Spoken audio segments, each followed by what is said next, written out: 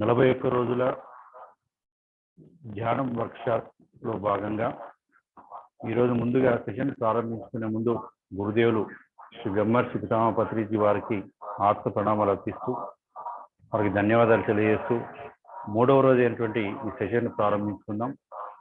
ఈరోజు మనకు ధ్యాన సందేశం ఇవ్వడానికి senior pyramid master Shri Anantula Satyam garu ఈరోజు మనకి సందేశం ఇవ్వడానికి వచ్చారు. వారిని ఆహ్వానిస్తూ ప్రారంభించవలసిందిగా కోరుతున్నాం.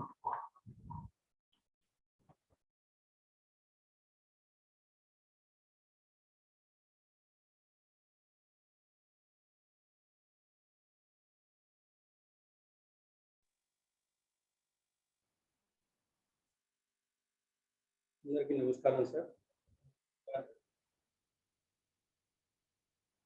బ్రహ్మర్షి శ్రీ ఈ ధ్యానాన్ని మనకు అత్యద్భుతంగా అందించిన గురువు గారు, విశ్వగురు బ్రహ్మర్షి పితామహ పత్రిజీకి నా యొక్క అనంతకోటి ఆత్మ ప్రణామాలు.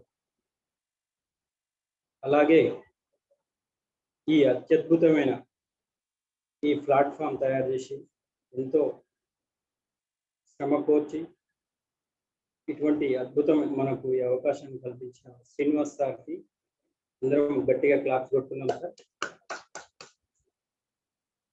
నన్ను నేను పరిచయం చేసుకుంటున్నాను సార్. నా పేరు అనంతుల సత్యనారాయణ. నేను ఎర్రగూడెం నిడమనూరు మండలం ఎర్రగూడెం ప్రాథమిక పాఠశాలలో ఎస్జిటిగా పనిచేస్తున్నాను సార్.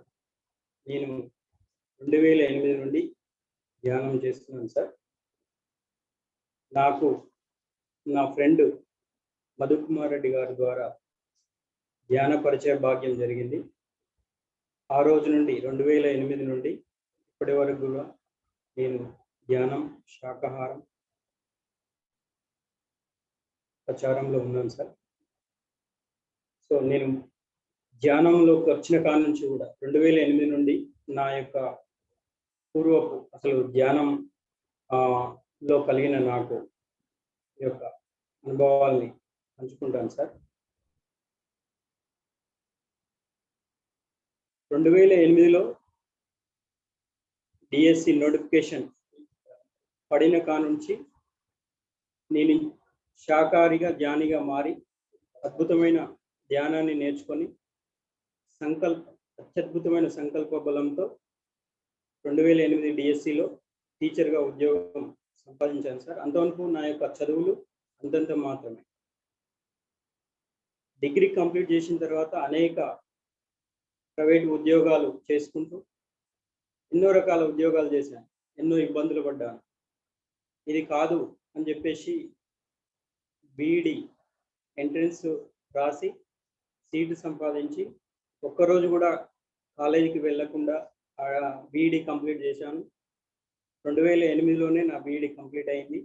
దాంట్లో నోటిఫికేషన్ చదవడం మొదలుపెట్టాను, కానీ రిజల్ట్ వచ్చేసరికే 3 సబ్జెక్టులు ఫెయిల్ నేను బీఈడిలో. అటువంటి పరిస్థితులలో నాకు ధ్యానం మరియు శాకాహారం పరిచయ భాగ్యం కలిగి నేను ఆ యొక్క 3 సబ్జెక్టులను కూడా పాస్ అయి కొత్తగా ఫస్ట్ టైం నేను డిఎస్సి రాసి ఓపెన్ కేటగిరీలో ఉద్యోగం సంపాదించడం అనేది జరిగింది సార్. మంచి మార్కులు. అది నా యొక్క ధ్యాన విజయం అని నేను గర్వంగా చెప్పుకుంటాను. అది నా యొక్క ధ్యాన ఫలితం.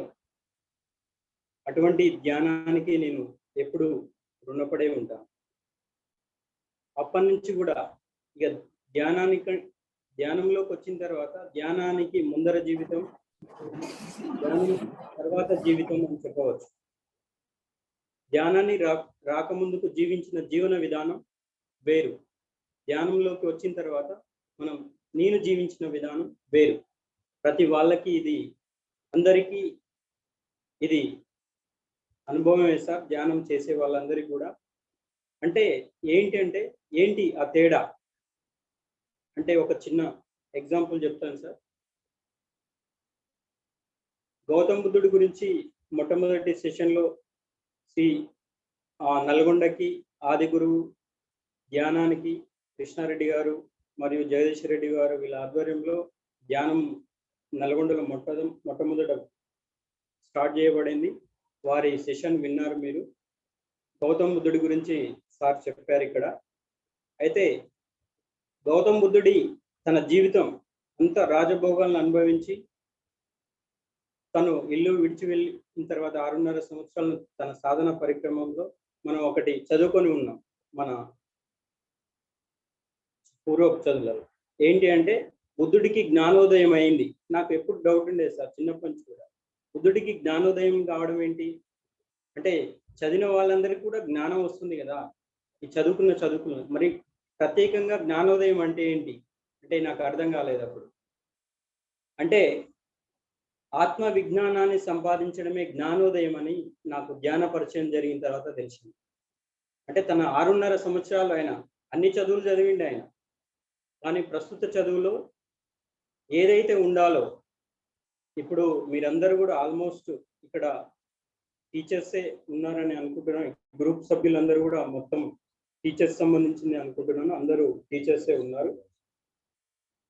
అయితే మనం అందరం కూడా గురు స్థానంలో ఉన్న వాళ్ళం. అంటే మనం చదువుకున్న చదువులన్నీ కూడా ఏదైతే శాస్త్రం అభ్యసిస్తే మిగతావన్నీ ఈజీగా వస్తాయో ఆ శాస్త్రాన్ని మనకు అందించబడలేదు. పూర్వపు గురుకుల చదువులలో ఏదైతే అందించబడేదో అది లేదు, జ్ఞాన శాస్త్రం. ఆ జ్ఞాన శాస్త్రము అన్నిటి శాస్త్రాలకి మూలము జ్ఞాన శాస్త్రం. జ్ఞాన శాస్త్రం తెలుసుకుంటే కనుక మిగతా అన్నీ కూడా భౌతిక శాస్త్రము, రసాయన శాస్త్రము, గణిత శాస్త్రము ఇవన్నీ కూడా ఈజీగా వాటిని చదవడానికి ఆస్కారం ఉండేవి. అయితే అటువంటి ఆ జ్ఞాన శాస్త్రాన్ని మనము నేర్చుకోలేదు, ఇప్పుడున్న చదువులలో అది లేదు.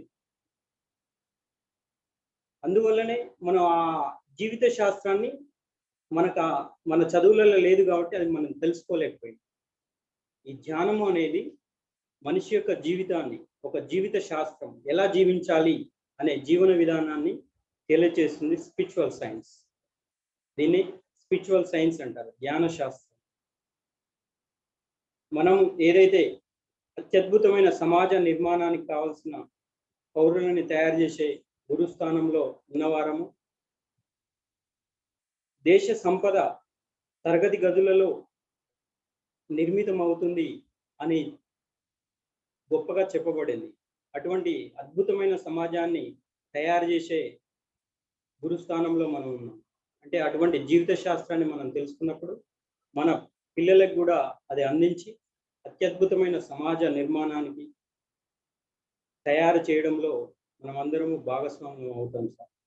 అటువంటి శాస్త్రాన్ని తెలుసుకుంటే మన కుటుంబం ఫస్ట్ మనం తెలుసుకుంటే మనము ఆ యొక్క అద్భుతమైన ఆధ్యాత్మిక శాస్త్రాన్ని, జీవిత శాస్త్రాన్ని మన కుటుంబంలో, ఇంటికి ఇల్లాలి చదువు ఇంటికి వెలుగు, అదేవిధంగా గురువు నేర్చుకున్న విషయాలని ప్రతి విద్యార్థికి అందించినప్పుడు వారు అద్భుతమైన సమాజంగా తీర్చిదిద్దబడతారు. సో అటువంటి ఆధ్యాత్మిక శాస్త్రాన్ని మనం తెలుసుకుందాం సార్. సో ఇక్కడ ముఖ్యంగా మైండ్ గురించి తెలుసుకుందాం సార్. మనసు అనేది ఒక ఆలోచనల పుట్ట. అంటే ఒక రోజుకి యావరేజ్గా ప్రతి మనిషి ఒక 60,000 ఆలోచనలు చేస్తారు. అంటే చూడండి, ఆ 60,000 ఆలోచనల్లో సరికాని ఆలోచనలు ఎన్నో, సరైన ఆలోచనలు ఒక 5-10% అయితే మిగతా 90% ఆలోచనలన్నీ కూడా సరికాని ఆలోచన. అవన్నీ కూడా ఈ లోపల అన్ని కూడా ఒక పేరుకుపోయి నెగిటివ్ మొత్తం కూడా నిండిపోయి ఉంటుంది. ఈ బ్రెయిన్ ఖాళీ లేదు ఎక్కడ. అందుకే ఈ స్ట్రెస్, ప్రతిదానికి స్ట్రెస్. ఆ స్ట్రెస్, ఆ సరికాని ఆలోచనలన్నీ తీసేసుకునే విధానమే ధ్యానం. ఎలా వెళ్తాయి, ఎలా తీసేసుకోవచ్చు, దానికి మార్గం ఏంటి అంటే అదే ధ్యానం. శరీరానికి ఏ విధంగా అయితే ఆ శరీరము అపరిశుభ్రంగా ఉంటే స్నానం చేస్తే ఎలా అయితే మురికి మొత్తం పోతుందో, మన మనసు కూడా సరికాని ఆలోచనలతో అపరిశుభ్రంగా ఉండిపోతుంది. కావలసిన సమాచారాన్ని మనం ఆ మనసులోకి ఖాళీ లేనప్పుడు ఏది తీసుకోలేము. ఒక గ్లాస్ ఉంది, ఆ గ్లాస్లో ఫుల్ వాటర్ ఉన్నప్పుడు దాంట్లో ఇంకా ఏమైనా పోయగలం. అందులో ఫుల్ గ్లాస్ నిండిపోయి ఉంది, దాంట్లో ఇంకేం పోయలేం. ఆ వాటర్ తీసేస్తే కానీ ఇంకా ఏదైనా పోసుకోవచ్చు. అందులో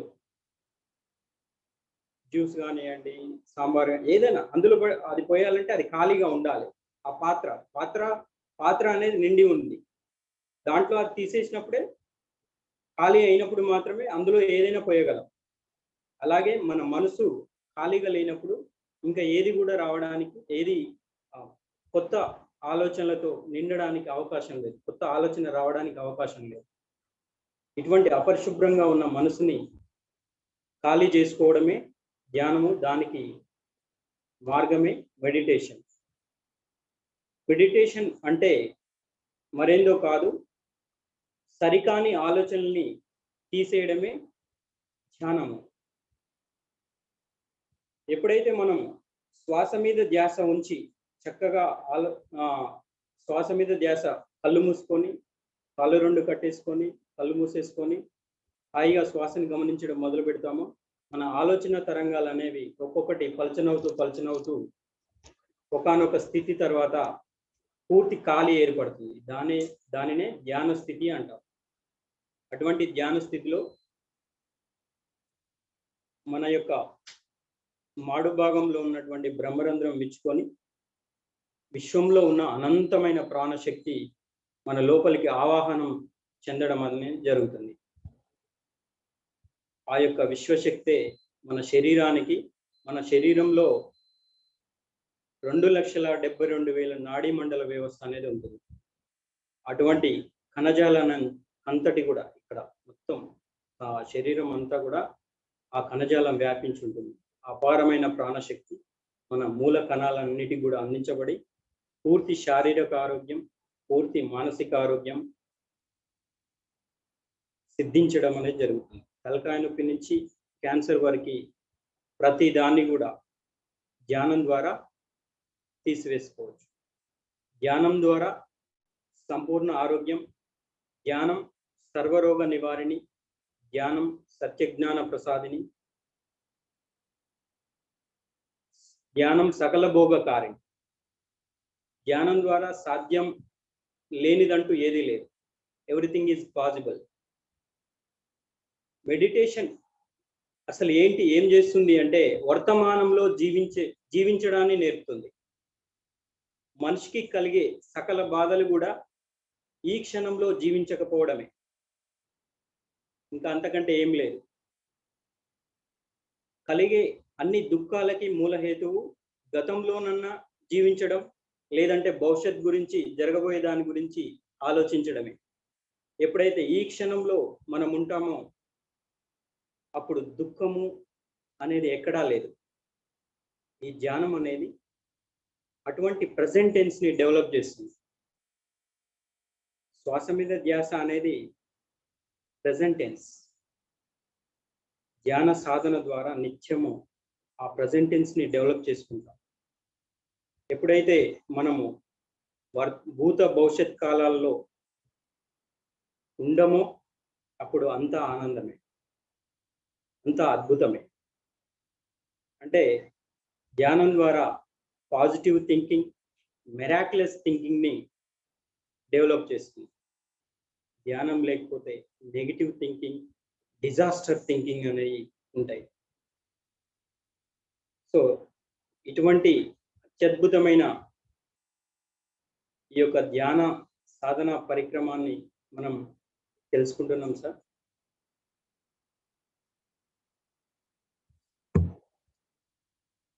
ఎప్పుడు కూడా ప్రస్తుతాన్ని గతంతో పోలుస్తూ మీ మనస్సు నుండి స్వేచ్ఛను పొందడమే నిజమైన విముక్తి. మనం ఆలోచనల్ని గమనించడమే ధ్యానం.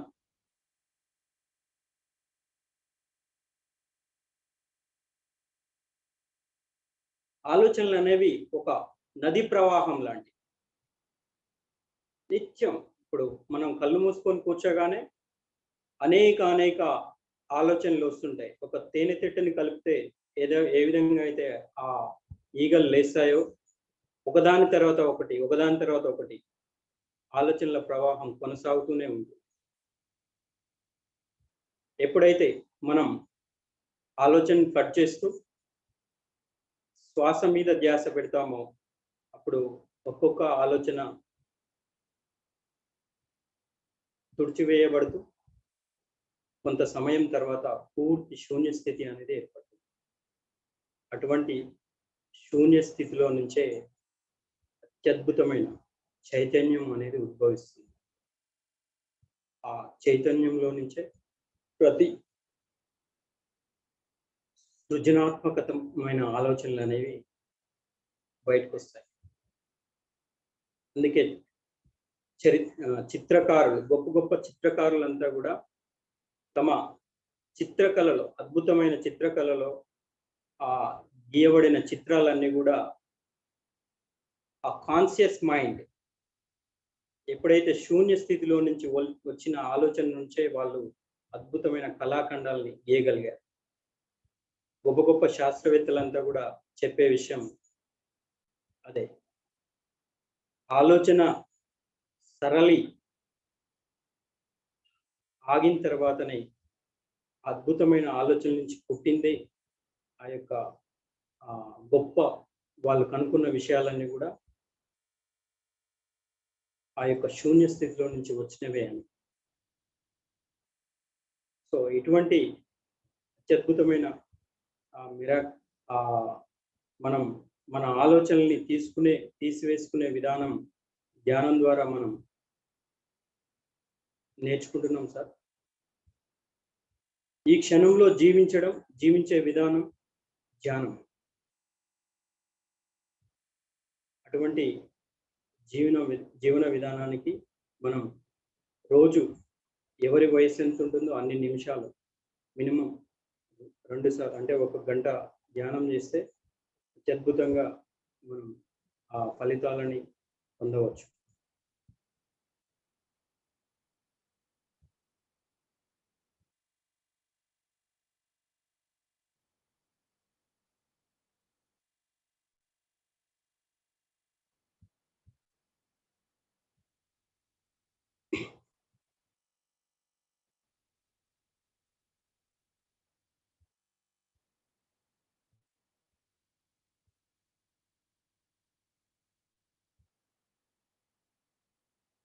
మనం మన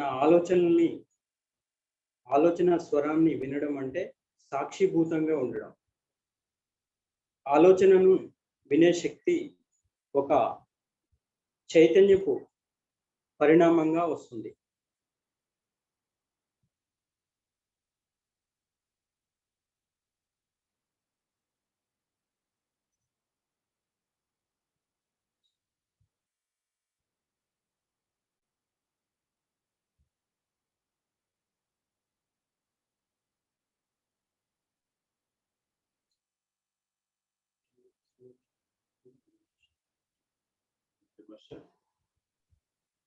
సార్ చక్కగా చెప్పారు.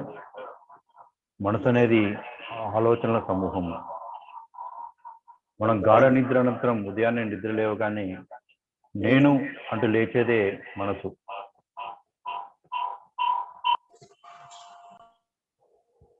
మనం గాఢ నిద్ర ఉన్నప్పుడు మనకి ఏమి తెలియదు. ఉదయం మేలుకుంటుండగానే నేను అని మనకు వచ్చే ఆలోచనే మనసు. నేను ఇది చేయాలి, నా పేరు ఇది, మా ఇల్లు ఇది, మా భార్య మా పిల్లలు వీళ్ళు, నా ఆస్తులు ఇవి, నా పాస్తులు ఇవి, నా ఉద్యోగం ఇది అని క్రియేట్ చేస్తుంటుంది ఆ మనసు అనేది. వాటి మీద డిపెండ్ చేస్తూ వాటి మీద మన ఫోకస్ చేస్తూ మన జీవితాన్ని గడుపుతూ ఉంటాం. అయితే మనకు వచ్చే ఆలోచనలో కొన్ని లక్షల ఆలోచనలు ఉద్భవిస్తుంటాయి. సార్ చెప్పినట్టు సరి అయిన ఆలోచనలు సరికాని ఆలోచనలు ఎక్కువ ఉంటాయి, సరికాని ఆలోచనలు ఎక్కువ ఉంటాయి. ఈ సరికాని ఆలోచనల స్రవంతి వల్లనే మన జీవితం అయోమయ స్థితి కలుగుతుంది. మనం దేని మీద ఫోకస్ చేయాలనేది కూడా మనకు సరైన దృక్పథం ఉండదు. ఎప్పుడైతే ఈ మనసు అనే దాన్ని శుద్ధి చేసుకుంటామో అప్పుడు సరైన ఆలోచనలు మనం వినియోగించగలుగుతాం, సరైన ఆలోచనల వైపు మనం నడవగలుగుతాం. మరి మనసు శుద్ధి చేసుకునే ఈ మార్గమే ధ్యానం. ధ్యానం ద్వారా ఏం జరుగుతుందంటే మనం ఎప్పుడైతే శ్వాస మీద ధ్యాస ఉంచుతూ ఉంటామో క్రమక్రమంగా మన ఆలోచన స్రవంతి తగ్గుతుంది. మళ్ళీ ఆలోచన రాగానే ఆలోచన వెంట పడిపోకూడదు. సార్ చెప్పాడు, సాక్షిలాగా మీరు గమనిస్తూ ఉండాలి. మరి సాక్షి అంటే ఎవరు? ఒక సముద్ర తీరంలో మనం కూర్చున్నాం అనుకోండి, అక్కడ పక్షులు ఎగిరిపోతూ ఉంటాయి, ఆ పక్షులను చూస్తూ ఉంటాం అంతవరకు ఆనందంగా, అంతవరకే. కానీ పక్షులతో మనం మమేకం కాము. అలాగే ధ్యానంలో ఉన్నప్పుడు కూడా మనకు వచ్చే ఆలోచన గమనించాలి, కానీ ఆలోచన వెంట పరిగెట్టకూడదు. వెంటనే మన శ్వాస మీద ధ్యాస ఉంచినట్టయితే ఆ క్రమక్రమంగా ఆలోచన స్రవంతి తగ్గి ఆ మనసు, పతంజలి మహర్షి చెప్పారు, యోగ శాస్త్రంలో పతంజలి మహర్షి అత్యంత సుప్రీం మెయిన్. యోగ చిత్త వృత్తి నిరోధ అన్నారు. అంటే ఈ మనసు ఎప్పుడైతే నిర్భీష మనసు ఎప్పుడైతే శూన్యమైందో అదే ధ్యానం అంటారు. మరి మనసు శూన్యాన్ని తీసుకువెళ్ళేదే శ్వాస మీద ధ్యాస. శ్వాస అనేది ఒక అసంకల్పిత ప్రతీకార చర్య. శ్వాసని మనం సపరేట్గా పిలుస్తున్నామా? లేదు, తనంతట తానుగా జరుగుతుంటది. అదే ఒక మంత్రం జపించాం అనుకోండి, ఒక పూజ చేసాం అనుకోండి, ఒక స్తోత్రం చేసాం అనుకోండి, అది మనసు పనిచేస్తుంటది. ఆ పని చేస్తున్న మనసుని శూన్యస్థితికి తీసుకుపోవాలంటే ఎలా? శ్వాసను గమనించాలి. శ్వాస గమనించేది మనసు చేస్తున్న పని కాదు. మళ్ళీ ఇంకొకటి, శ్వాస గమనించడం కూడా మనసు చేస్తుంది కదా అనుకుంటారు, కానీ మనసు చేస్తున్న పని కాదు శ్వాస గమనించడం. అది ఆత్మ యొక్క స్థితి. మానవుడు అంటే దేహము, మనసు, ఆత్మ, ఈ మూడింటి యొక్క సమ్మిళితమే మానవుడు. రోజు సార్ చెప్పాడు, ఇప్పుడు సత్యం సార్ చక్కగా చెప్పారు, దేహాన్ని శుద్ధి చేసుకోవాలంటే స్నానం చేయాలి. దేహం ఒకటే శుద్ధి ఉంటే సరిపోదు, మన మనసు, ఆత్మ కూడా శుద్ధి చేసుకోవాలి. ఆ బాధ్యత కూడా మన మీదే ఉంది. మనసు, ఆత్మ ఎప్పుడైతే శుద్ధిగా ఉంటామో, శుద్ధి చేసుకుంటామో అప్పుడు మన ఆరోగ్యము, మనకు ఆనందము, సంతోషము, దుఃఖాలన్నీ తొలగిపోయి శాంతి కలుగుతుంది. బ్రహ్మర్షి పత్రిజీ సార్ అంటారు, మెడిటేషన్ ఈజ్ ఎ రూట్, శాంతి ఈజ్ ఎ ఫ్రూట్ అని. మెడిటేషన్ ఈజ్ ఎ రూట్, శాంతి ఈజ్ ఎ ఫ్రూట్. ఆ రూట్కి ఎప్పుడైతే ధ్యానం బాగా చేస్తుంటామో మన నుంచి శాంతి అనేది ఉద్భవిస్తుంది. సార్కి చక్కగా చెప్పాడు, ధన్యవాదాలు తెలియజేసుకుంటూ ఇప్పుడు పత్రిజీ గారు, బ్రహ్మర్షి పత్రిజీ గారు అందిస్తున్న ఫ్లూట్ మ్యూజిక్ లో మనం శ్వాస మీద ధ్యాస ఉంచుదాం. అందరూ వేలలో వేలు పెట్టుకొని కుర్చీలో కూర్చున్నట్టయితే కాళ్ళు క్రాస్ చేసి కూర్చోండి, కళ్ళజోళ్ళు అంటే కళ్ళజోళ్ళు తీయండి, శ్వాస మీద ధ్యాస ఉంచండి. ఓకే మాస్టర్స్, అందరు కళ్ళు మూయండి. నేను చెప్పే వరకు ఎవరు కళ్ళు తెరవద్దు.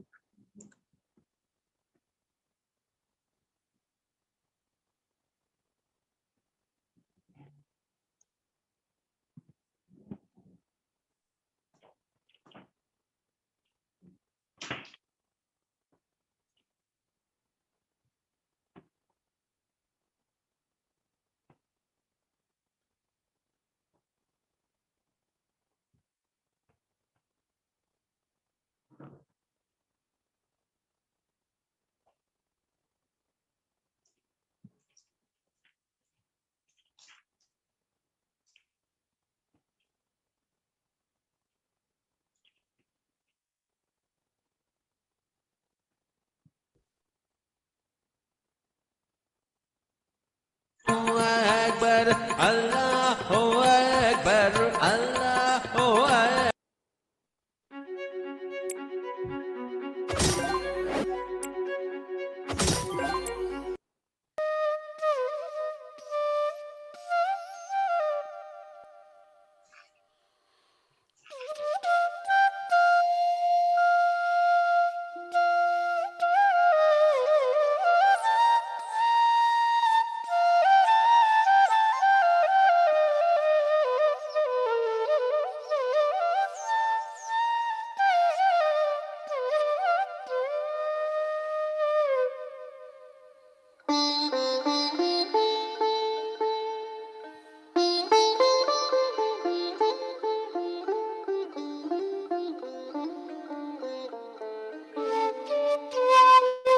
శ్వాస మీద ధ్యాస.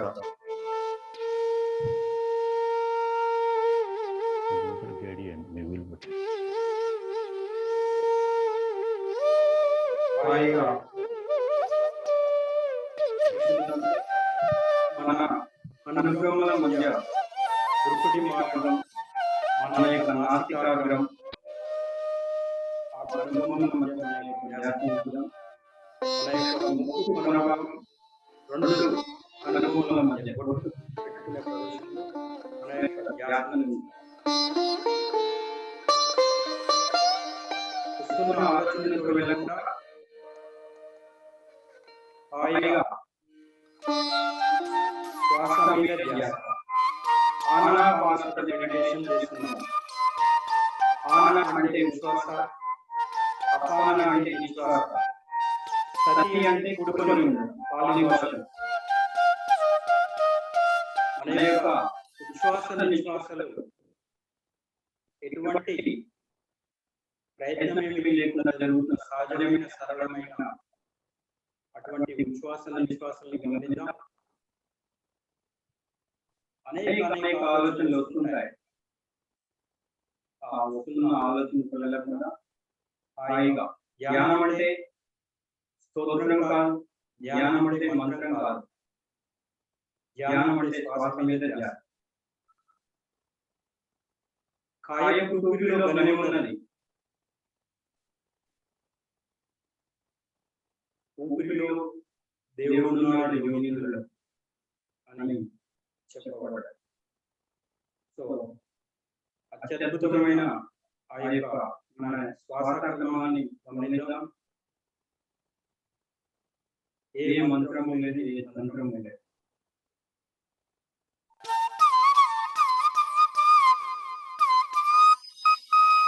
హాయిగా సహజంగా జరుగుతున్న మన యొక్క శ్వాసక్రమాన్ని గమనిద్దాం. చక్కటి మ్యూజిక్ కూడిన ధ్యానం ఎంతో శక్తివంతమైనది. ఇటువంటి గ్రూప్గా చేసే ధ్యానం మరింత శక్తివంతమైనది. ప్రకృతిలో చేసే ధ్యానం మరింత శక్తివంతమైనది. పిరమిడ్ కింద ధ్యానం మరింత శక్తివంతమైనది. సామూహిక ఎనర్జీ అనేది ఎంతో శక్తివంతమైనది.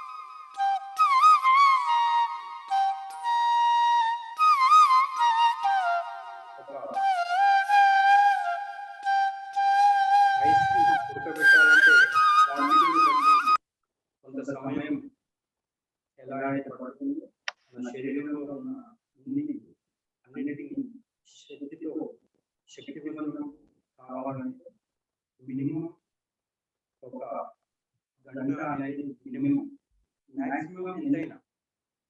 ధ్యానం ఎంత చేస్తే అంత శక్తి మనం పొందుతాం. ధ్యాన సమయానికి అపరిమితం అనేది ఏం లేదు.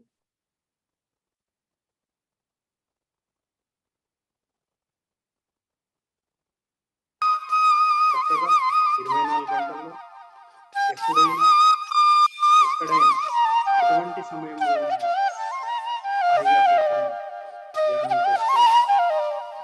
సోఫా మీద కూర్చోవచ్చు, బెడ్ మీద కూర్చోవచ్చు, చైర్లో కూర్చోవచ్చు. ఎలా ఉంటే అలా తిరస్సుఖాసనం, సుఖమయ ప్రాణాయామం.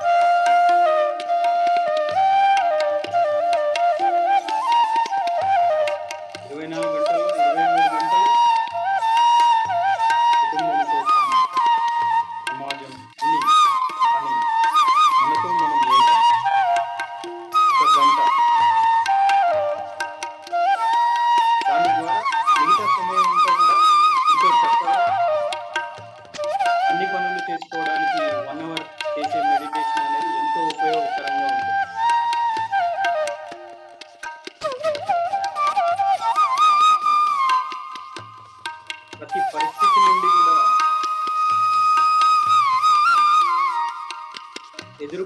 ప్రతి పరిస్థితిని ఎదుర్కోవడానికి కావాల్సిన శక్తిని ప్రసాదిస్తుంది.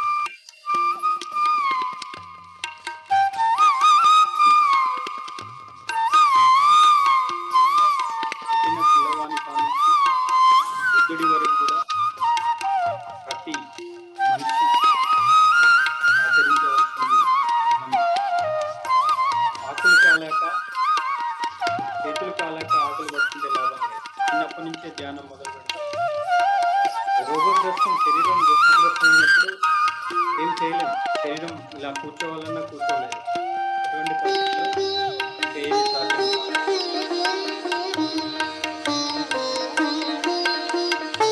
అన్ని బాగున్నప్పుడు ధ్యానం అనేది మొదలు పెట్టాలి.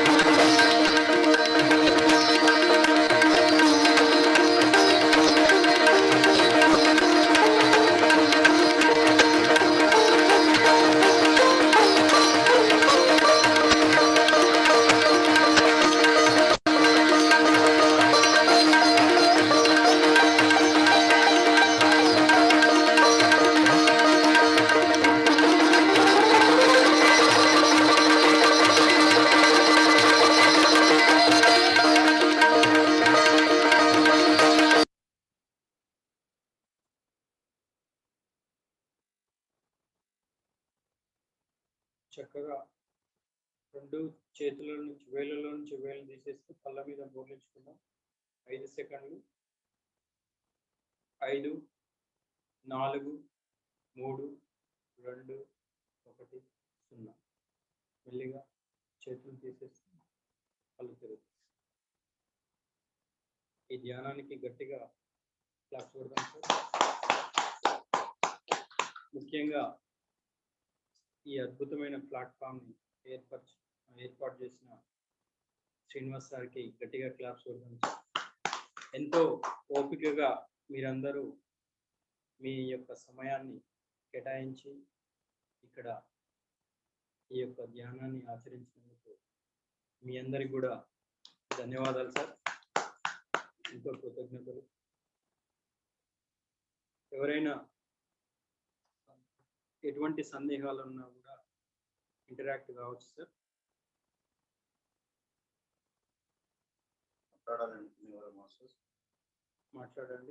మాట్లాడాలనుకున్న వాళ్ళు హ్యాండ్ రైస్ చేసి మాట్లాడండి.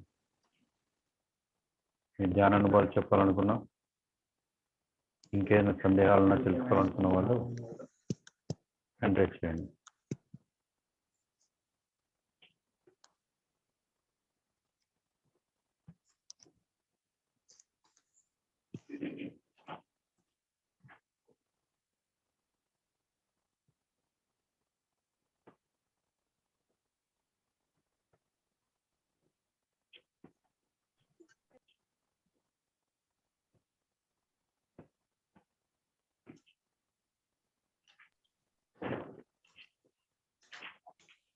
యాదగిరి సార్ మీరు మాట్లాడండి. రాపుల్ యాదగిరి గారు, మీరు ఏమన్నా మీ ధ్యాన అనుభవాలు కానీ ధ్యానం గురించి తెలుసుకోవాలనుకున్నా కానీ మీరు మాట్లాడవచ్చు. హ్యాండ్ రైజ్ చేసుకొని మాట్లాడవచ్చు. ముందుగా లక్ష్మీపతి గారిని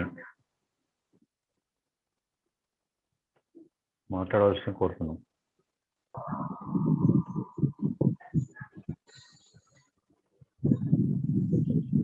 లక్ష్మీపతి సార్.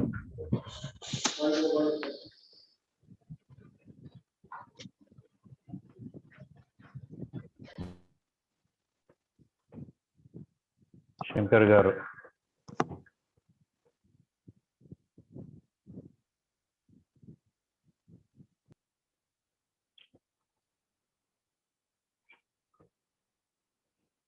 ఎవరైనా మాట్లాడాల్సుకుంటే మాట్లాడచ్చు మాస్టర్.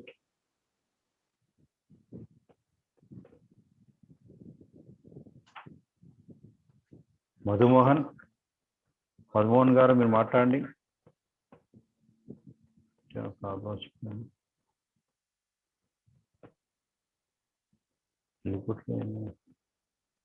Hello,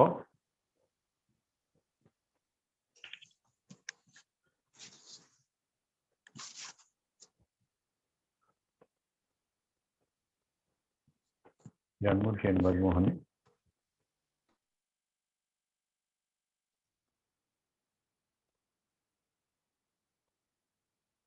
Madhumohan sir.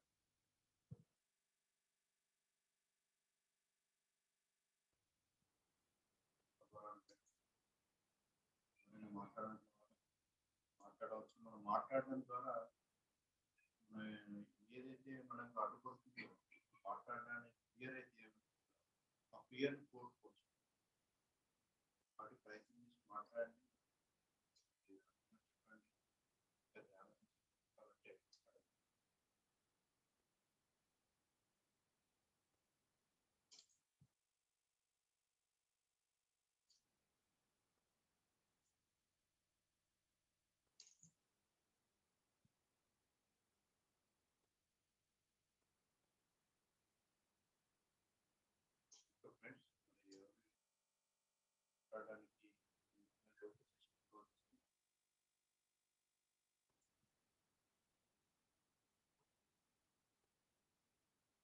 స్వామి గారు మీరు మాట్లాడండి.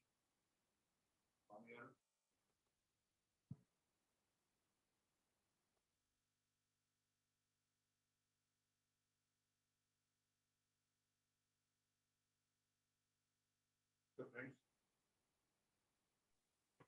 ఓకే ఫ్రెండ్స్, మీరు ఎవరు ముందుకు రావటం లేదు. ఒకవేళ సెషన్ క్లోజ్ చేసుకున్నారు. రేపు డెహ్రాడూన్ నుంచి మాధవి మేడం రేపు మనకి ధ్యాన సందేశం ఇవ్వడానికి మన జూమ్ సెషన్లో జాయిన్ అవుతున్నారు. 4 గంటలకు సెషన్ స్టార్ట్ అవుతుంది, కానీ 10 నిమిషాల ముందే లింక్ ఓపెన్ చేసి ఉంటుంది. మీరు గమనించి 3:50కి జాయిన్ కావాల్సిందిగా కోరుతున్నాం. ఈరోజు ధ్యాన సందేశాన్ని మంత్రుల సత్యనారాయణ గారికి ధన్యవాదాలు తెలుపుతూ, ఈ ధ్యానాన్ని మనకు అందించినటువంటి బ్రహ్మ సంఘం భక్తి పరమూరులందరికీ